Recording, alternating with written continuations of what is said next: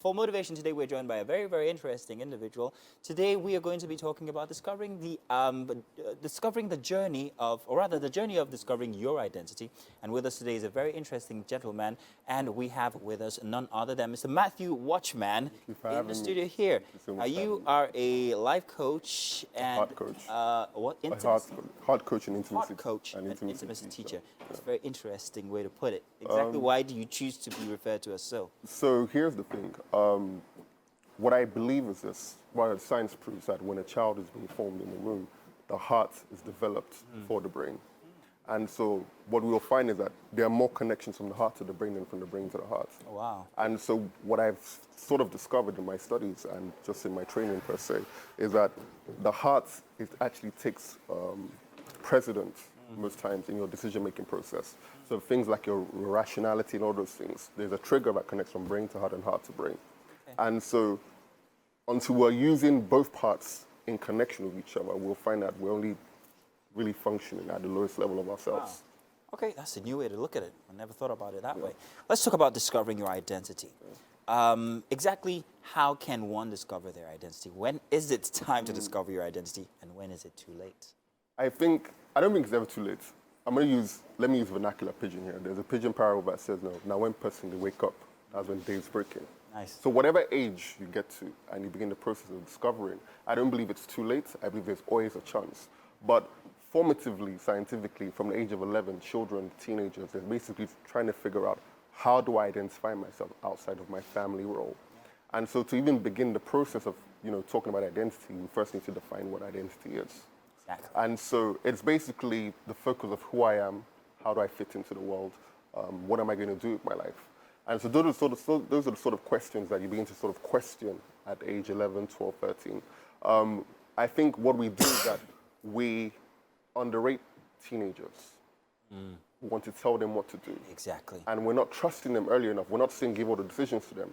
But if we can begin the process of trusting themselves, because we are vastly different from our parents. Yeah.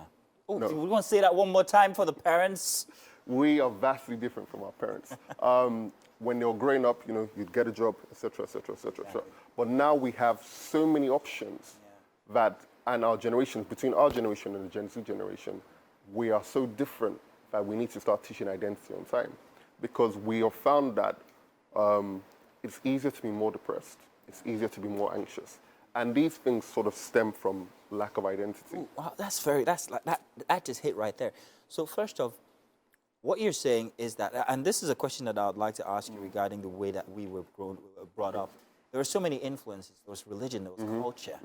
They are supposed to help people, us be moral, but inadvertently they kind of like stifled a lot of expressions. Am I correct or wrong when I say so? I think it's a double-edged sword here. Double-edged sword, isn't it? In the spaces that, in the reasoning that there are some places where this information was given in a corrective and loving manner. And there's some spaces where it was given in an oppressive manner. Oppressive, that's And the truth is this, we will many times be a product of our environment. This will be the foundation. And so there are four foundational elements of identity. It's basically, first of all, how you see yourself. The second part is how you want others to see you. The third part is how you actually are, or your ideal self. And the fourth part is how God sees you. And so when we take that, we now need to look at inherent human nature, which is this, to love and be loved. That is the desire of every human being. When you watch Hollywood films, when you watch cartoons, it's always, love is the answer, love is this, love is that. That is our inherent nature. And I found that love gives us a clean slate. Because based on this space of love, even like, I always tell people this, it's going to sound a bit funny.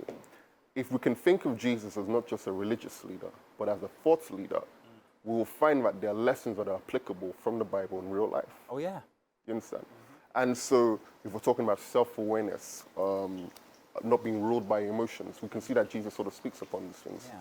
And so if we use love as a clean slate, what happens is this, that we can now use love as a clean slate, and most importantly, we can now use it as a mirror to look at ourselves and then begin to question the things that we claim we believe about ourselves. Interesting stuff there, Matthew.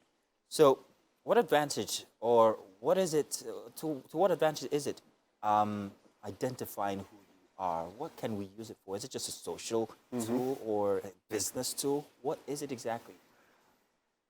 from a mental health perspective, you are less likely to be depressed. The maths is there, the science today is provable. You're less likely to be depressed. Health. You're less likely to Okay. be anxious. You understand? If you have found yourself within the world, what happens is this. The advertisers want to tell you who you need to be. The music videos want to tell you who you need to be. The government needs to tell you who you need to be. And so you have all this information coming left, right, and center. I'll give an example. When I was in secondary school, I used to have a sharp tongue. I was very, for lack of a better word, insultive. And I grew up and people would ask me, why are you this way? And I said, it's who I am. But about 2 years ago, I decided to do some introspective work and just really figure out the things that were going on inside of me. And I was able to trace it to when I was 13 years old. And then I was still in the UK, and it wasn't yet cool to be African. You understand? So I was already hiding my African identity at that time. Okay. I had big lips, I had a long hair, and people used to make fun of me. And so one day, somebody said something to me, and for the first time, I responded back. And for the first time, people weren't laughing at me, they were laughing with me. And so I discovered the powers of my hands. And so I made a subconscious decision to continue doing this. And 13, 14, 15, getting to university, I'm still the same person. And people ask me, why do you behave like this? And I say, it's simply who I am. If we begin to genuinely ask ourselves questions, we'll really find out that is not who we really are. Yeah. We have been products of some cautious decisions that we've been put into a box. Now, if as a person, you now have the capacity to genuinely love yourself, you've given yourself a fresh slate. With that fresh slate, I always like to tell people, let's use the court system. This thing you believe about yourself, if you are to present it in a court of law, is it verifiable? Exactly. Is it true? Is it actionable? Triple filter. If it's not, you need to drop it. Yeah. We need to be part of our identity formation process. We just can't accept what has been put onto us. And until we begin to do that, we'll find that people turn roles into identity. For example, someone's a mother. When her kids leave the house, they've grown up, she suddenly loses herself because she has built her entire identity on a role. When somebody's a banker, you spend... Wow, I wish I could let you go on. You're already singing us out. I don't like that, Shegun. Stop it. This is such great stuff, man. Fantastic. Mr. Watchman, by the way, it's his real name. Real name, yes? Yes, it is. It is his real name. I mean, it's such interesting stuff that you've got for us today regarding identity and discovering your identity and that journey. And looking at it from that mental health perspective where love yourself, you will find love, actually.